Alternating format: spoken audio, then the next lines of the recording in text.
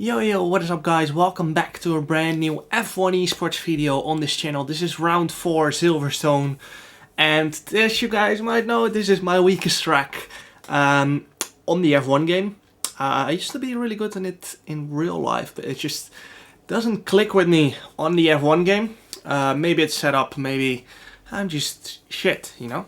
Don't know, but we're heading out for a first soft run in Q1. Behind a Haas, I think it might be Matthijs. Yeah, it's Matthijs, the other Dutch guy in F1 Esports. The medium run was pretty good, as you can see. We're P5, so that was pretty good. But now the soft run is usually where we're always slower. You know, we're always pretty fast on the medium tires compared to the softs. But yeah, the soft tires is where we struggle with in qualifying. And you know, heading out on my first soft run, you only get a maximum attempt of 2, simply because you don't have the tires to really go for 3. Also, track evolution, there's not really any point to go out before the 10-minute mark on a set of softs. So that's why myself and everyone else is on their first soft run, basically.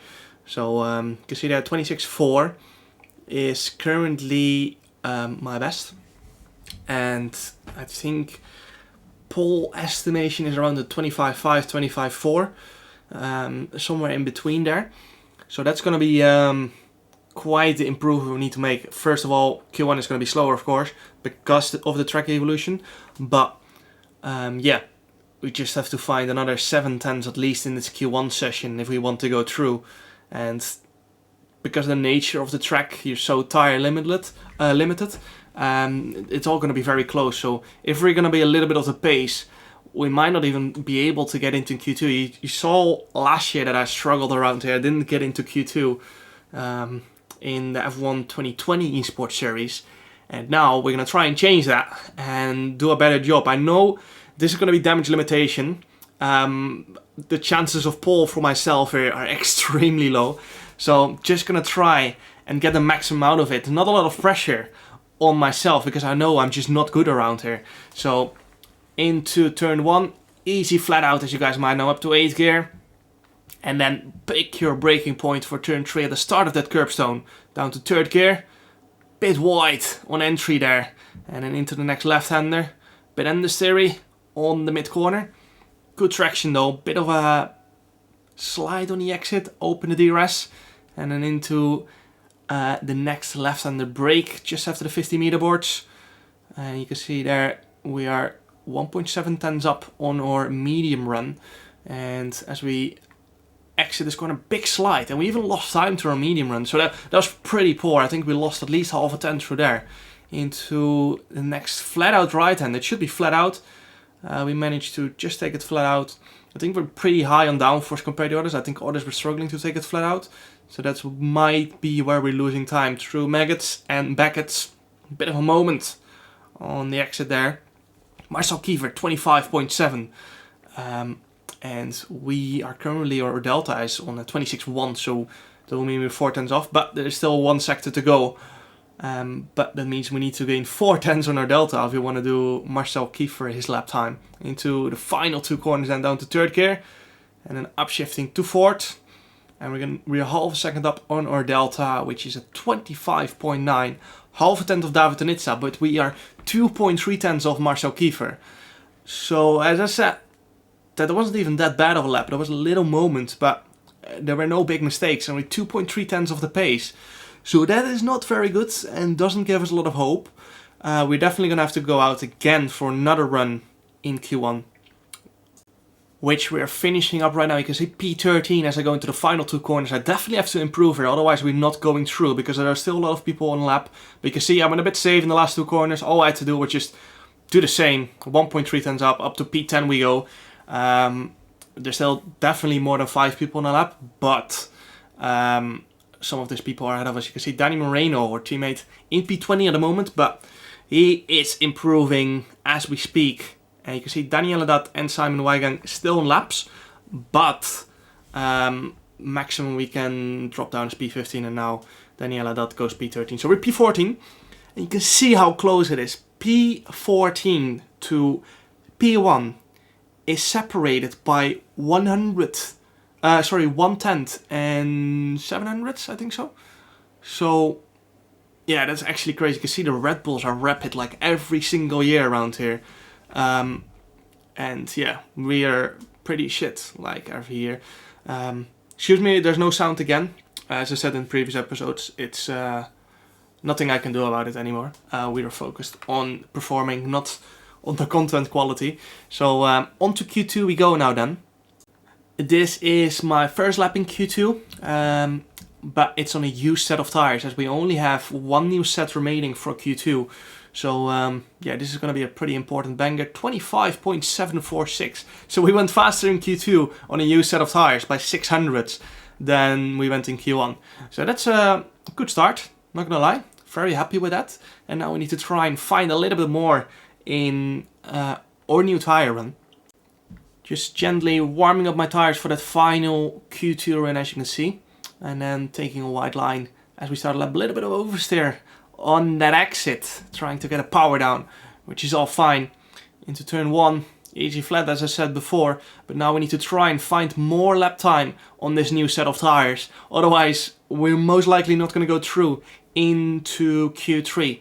Into turn 1, 2, bit of understeer on that mid corner, but we managed to keep the minimum speed somewhat up.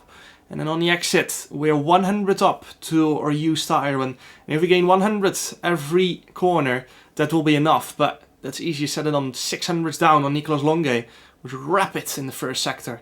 Through the next right-hander, exit is going to be important here.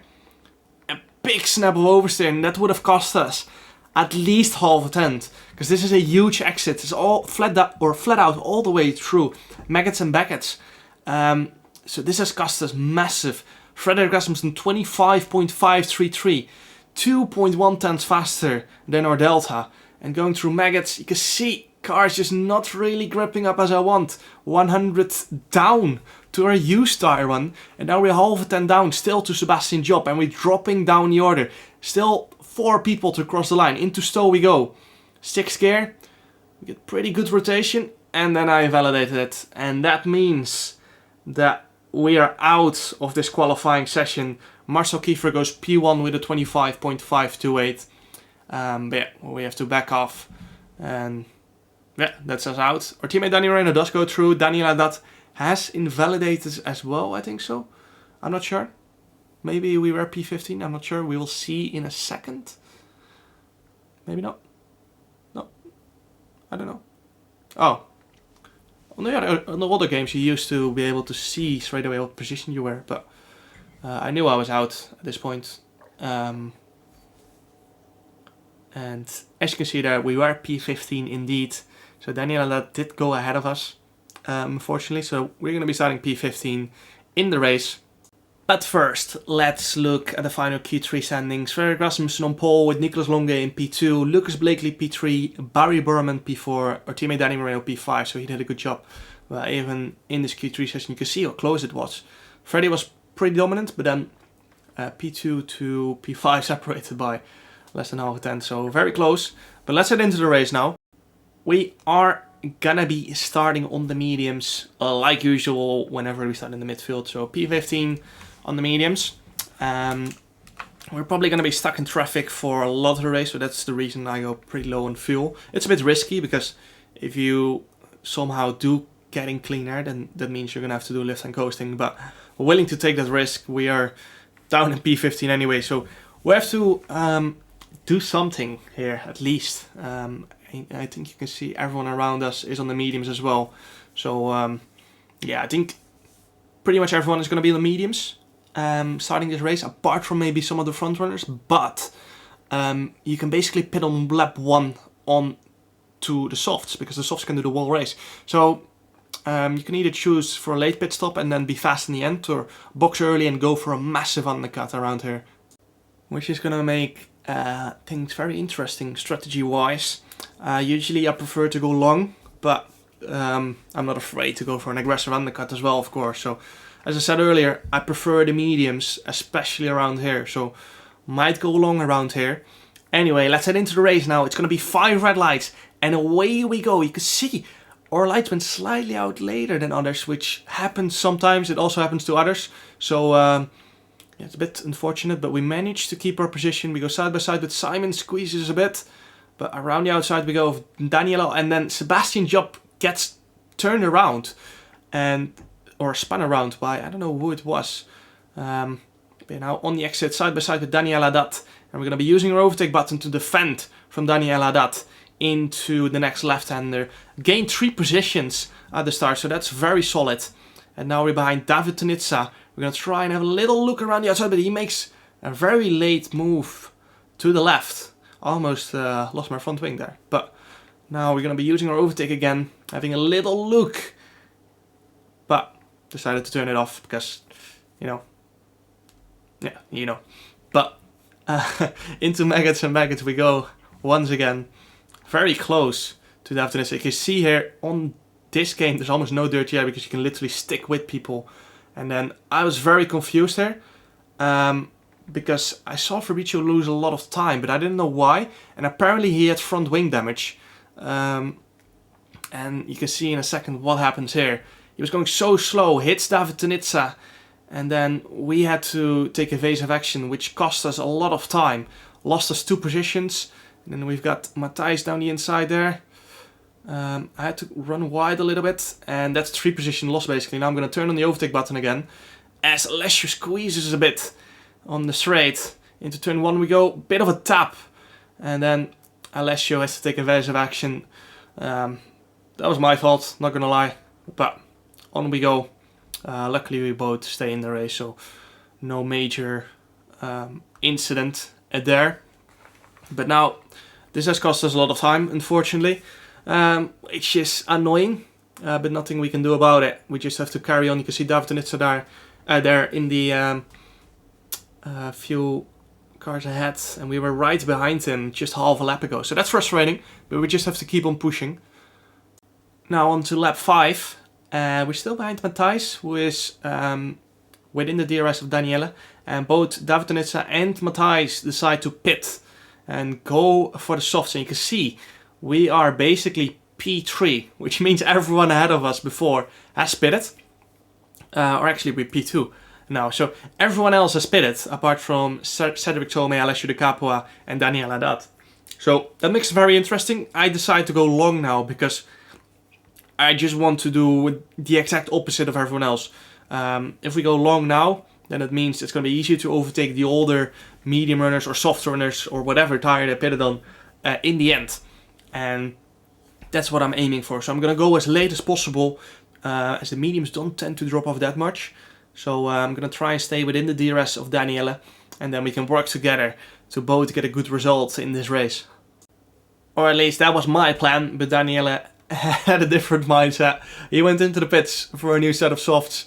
So yeah, I didn't really care. I still wanted to continue and go long because here we're pretty low on ERS.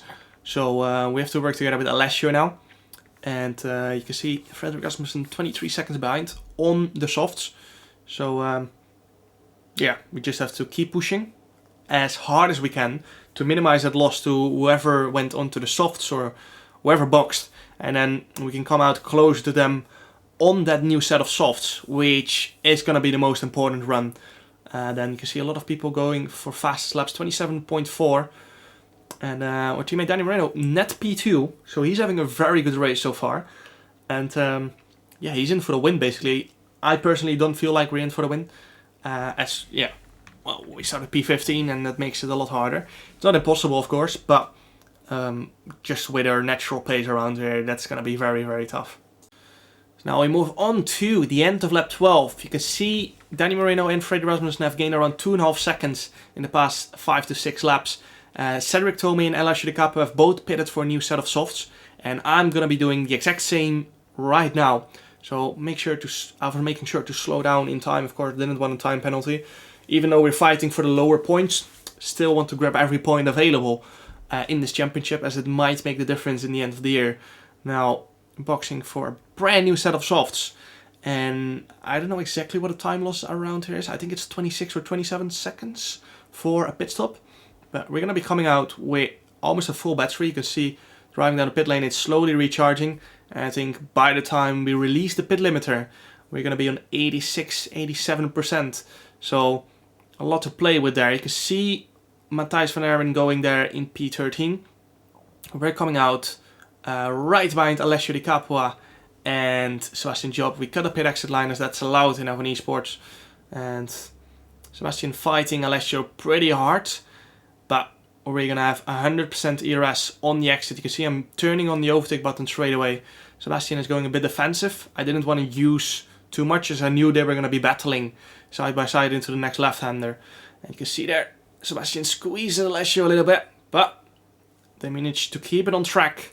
And we're going to be trying to get Sebastian here on the exit. You can see he has a big slide on that exit. We're going to be turning on the overtake button down to the next right-hander. I decide to let Sebastian go because you can see his rear light is flashing, which means we're going to get him anyway on the next straight. So we might as well just stay behind for now, not lose too much time, and get him when it's possible. You can see Sebastian has 11 seconds of time penalties anyway. So we're going to try and get past him here with the help of DRS and the overtake button. Sebastian does get the slipstream from Alessio, but you know, we're going to have the outside here, which means we're going to have more momentum down to the final two corners. And then I'm turning on the overtake button, easy peasy lemon squeezy. Now Alessio's up next, and then Daniel Haddad, 2.5 seconds ahead of us.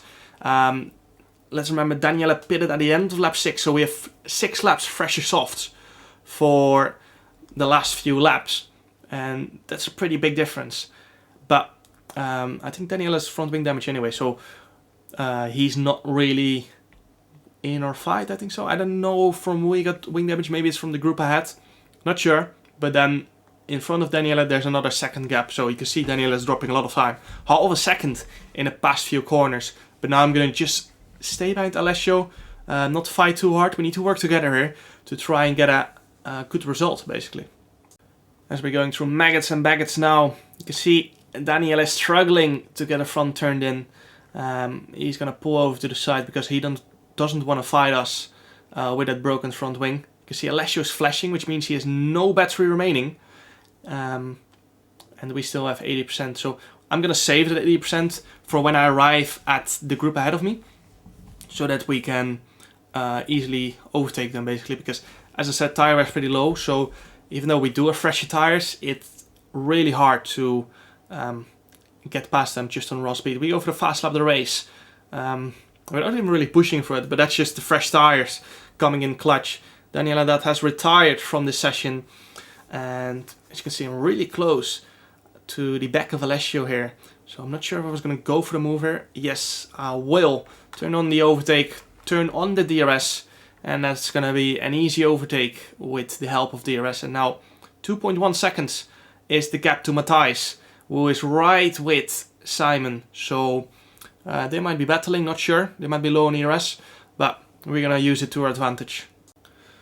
Simon now ahead of us after Matthijs has overtaken him. We still have like 2 laps to go, more or less, 2.5 laps. And now we're going to turn on the overtake button. You can see I've pushed a little bit with my ERS. Simon is flashing, so that means he is out. We go down the inside, and I wanted to give him space on the outside, but he gave up the position, as he probably knew we had a lot more ERS. And now Matthijs, Joshi Do and David Tenitz are up next, but we only have 2 laps to go if we want to get points. Fastest lap is probably going to get taken away from us. You can see I improved to a 26.8 after using some more ERS. But now these final 2 laps are for points. Even if it's only 1 or 2 points, it's still crucial for the championship. So I'm going to be fighting as hard as I can for those final 2 points. You can see Josh is right with David on the exit, and we're right with Matthijs on this exit. I turned on the overtake for a brief moment, but decided to turn it off again, as I saw Matthijs use a lot as well. So didn't want to drain my whole battery in an attempt to try and get past him. Now through the long right-hander, this is really a tough corner in dirty air. I decided to turn on the overtake button again. Matthijs did the same, so I had to once again back off from it and stay behind Matthijs for a bit longer. You can see Matthijs runs wide there and probably picked up a warning. So now 1.5 lap to go to get into the points, and it's not going to be easy. You can see Josh goes a bit wide, and that holds held up Matthijs a little bit, which helps us on the exit. You can see Matthijs is flashing, so we decide to go down the inside. David goes defensive. Let's Josh go. I was really pushing to the back of David there to try and get out of Matthijs, which we managed to do so. I decided to go a little bit defensive. And now, 1 lap to go to get into the points. David is right ahead of us. And P9 is still up for grabs. P8 is too far away, unless a crash ahead of us happens. But we are just trying to get a single or maybe 2 points here. David is right with Josh over. Josh goes defensive and goes a little bit wide. I decide to go for a very, very wide turn 4 to try and get a better exit here. Josh on the outside, David on the inside. I decide to turn on the overtake button. David squeezes us onto the grass. We almost crashed there. And now into Brooklyn's. We managed to go down the inside and we almost crashed again. I squeezed Josh a bit wide there because I simply didn't saw him. I almost crashed right there. So I was a bit disorientated. As for Reach the Nose, who gets the fastest lap now. And now we still have 40% ERS to try and go for a move on David Tonitsa. You can see here, he's struggling with the backhand. He probably has no tires left. And we are going to get the DRS. David won't get any DRS down the next back straight. And we will. And we also have absolute shit ton of ERS. So we're going to turn on the overtake button and turn on the DRS, sorry. And this is going to be easy peasy, lemon squeezy. I decided to keep pushing in these final few corners, simply because I still have David behind me, but also in case a person has or gets a penalty, we will gain another position. Unfortunately, that didn't happen, but Frederik Rasmussen wins the Silverstone race. Danny Moreno, our teammate, gets P2, and it's solid points for the team, you know. We did get outscored by Red Bull, who are always very strong around here for some reason. But we still managed to get points. So, you know, from P15, pretty happy with my race. But, yeah, still, qualifying P15 is just not good enough. And, yeah, just disappointed with the quality. The race was pretty good, of course, but not much you can do from P15. So, very unfortunate, but it is what it is. We have to do better in the next few races, and we will try to, of course. But that was it for today. Hope you guys enjoyed this F1 Esports race. Make sure to like and subscribe if you guys want to see more, and see you guys next time. Ciao.